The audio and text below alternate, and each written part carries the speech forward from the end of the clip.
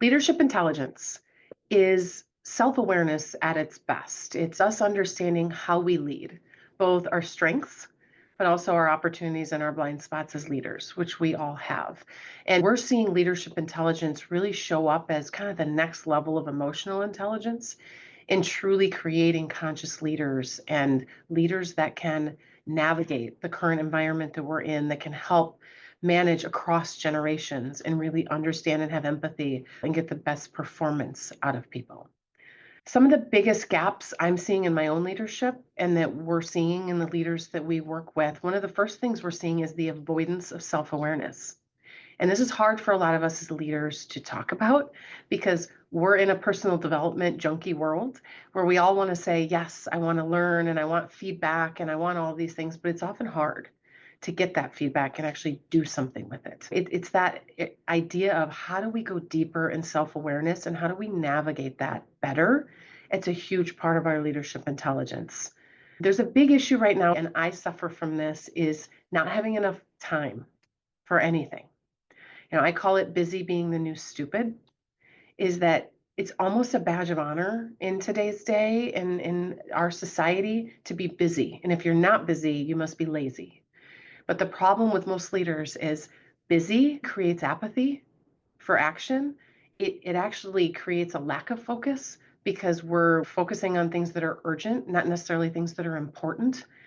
And it has a lot to do with our ego, I think, as leaders. We're running around thinking we're doing all the right things when it's very possible we're busy doing none of the right things that our organization and our people need. And the last thing that we see around this leadership intelligence is to truly be a self aware leader, there has to be some kind of a death of ego. We have to let go of our ego at some point in our growth and our development because our ego is tied to our status, our title, our salary. It's tied to our wisdom and our domain expertise and all the years that we've done the things and learned everything that we've needed to learn. But as leaders, when are we coming back to kind of that beginner's mindset? Are we ever coming back and saying, I might need to start fresh here because this is a new world that I'm leading in?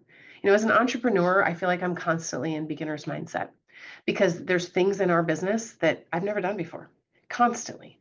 And so I feel very good there and that I can work through resilience and I can be okay being a beginner. But when I really look at my leadership, I'm not okay being a beginner there. I want to feel like I've got it all figured out. And I think a lot of us feel that way. And so leadership intelligence is saying, I know there's a lot I don't know. I knew a lot of things. I've gotten a lot of experience, but the world we're living in right now and that we're managing and leading in is different. So to truly be a high leadership intelligence and conscious leader, you've got to stop thinking about being busy and filling your time. You've got to create white space.